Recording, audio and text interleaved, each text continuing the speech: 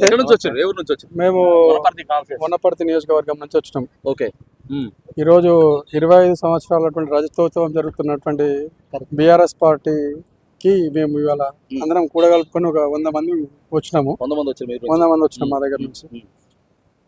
ఈ రోజు జరుగుతున్నటువంటిది గత 25 ఏళ్ళ నుంచి ఎన్నో పోరాటాలు చేసి 2014లో తెలంగాణ సాధించుకొని 10 ఏళ్ళు సుభిక్షంగా రాష్ట్రాన్ని మంచిగా చేసుకొని ఈ సంవత్సరం నుంచి విపరీతమైన ఇబ్బందులతో చాలా ఇబ్బందులకు గురవుతా ఉన్నాము.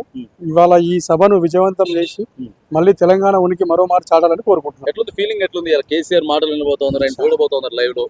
చాలా ఆతృతతో సంవత్సరం నుంచి ఆయన చూడక ఆయన మేము ఇట్లా ఆతృతతో ఉన్నాం. ఏం లేదు, మీటింగ్ అంతా ఉత్తదే. కేసీఆర్ చరిత్ర, బీఆర్ఎస్ పార్టీ చరిత్ర, వాళ్ళకి భవిష్యత్తు లేదని చెప్తున్నారు కాంగ్రెస్ పార్టీ.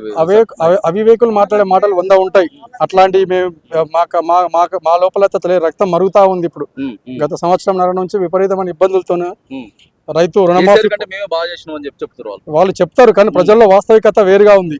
ఇప్పుడు ఈడ రుణమాఫీ కాక 2500 ఆడపిల్లకి ఇస్తాను ఇయ్యక, ఒక ఫ్రీ బస్ పెట్టి మిగతాది ఏమి చెయ్యక, తులం బంగారం ఇస్తామని, ఆడపిల్లకి స్కూటీ ఇస్తామని మభ్యపెట్టి ఊరిక ఏదో ఓట్లు వేయించుకొని ఇవాళ పబ్బం గడుపుకొని అన్ని హామీలు 420 హామీలు ఇచ్చి అంతా నాశనం చేస్తారు తెలంగాణ రాష్ట్రాన్ని. ముఖ్యమంత్రి అవుతారా కేసీఆర్ గారు? 200% అవుతారు. 100% కాదు, 200% అవుతారు. బ్రహ్మాండంగా మళ్ళా బీఆర్ఎస్ పార్టీ పూర్వ వైభవం. 1,00,000 మంది వస్తాం అనుకుంటున్నారు. 1,00,000 మంది, 1,00,000 నుంచి 10 లక్షల మంది వరకు వస్తారు.